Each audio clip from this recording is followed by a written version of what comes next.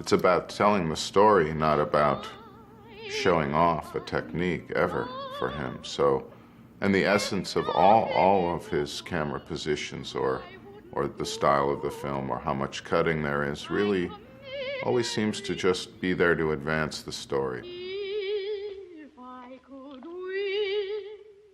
There's a sequence where the king and his ambassador, they're peeking through a keyhole into the next room where they see this naked girl in the bathtub, and she turns out to be an advertising specialist, right? But even when they're looking through the keyhole, she looks directly at them as though she's already on TV, you know?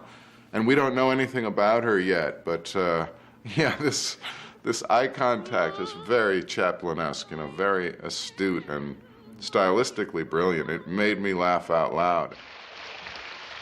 Chaplin boucle son film en 10 semaines, un record dans sa filmographie de long métrage.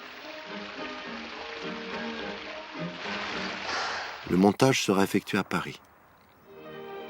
Ses anciens associés d'United Artists, déjà réticents à la lecture du scénario, débarquent. Choqués par la vision négative du film envers l'Amérique, ils refusent d'en assumer la distribution. Un roi à New York ne sortira aux États-Unis que 15 années plus tard et amputé d'une dizaine de minutes.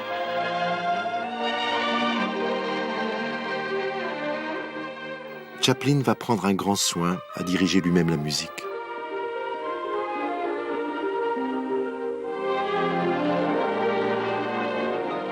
Certainly Chaplin's films are musical in rhythm, and he is, in a sense, a dancer as well, so he understands the rhythm even of a human body moving through a room.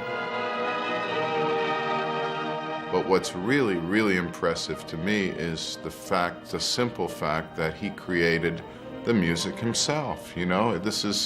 He is truly, maybe the first truly independent master of cinema, because he has control over everything in his films. La première a lieu à Londres le 12 septembre 1957.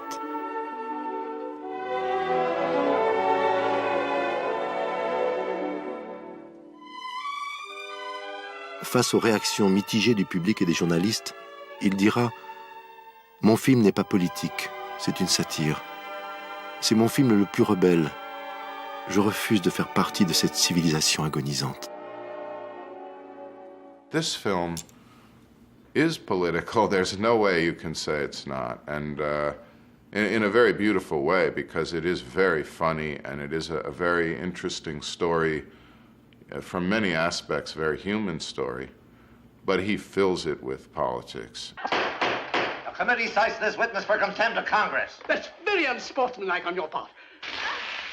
I almost want to jump up and cheer when he sprays the house on Un-American Activities with a big fire hose. I mean, so he even is, in a way, a warrior, a comedic warrior and provocateur with this film.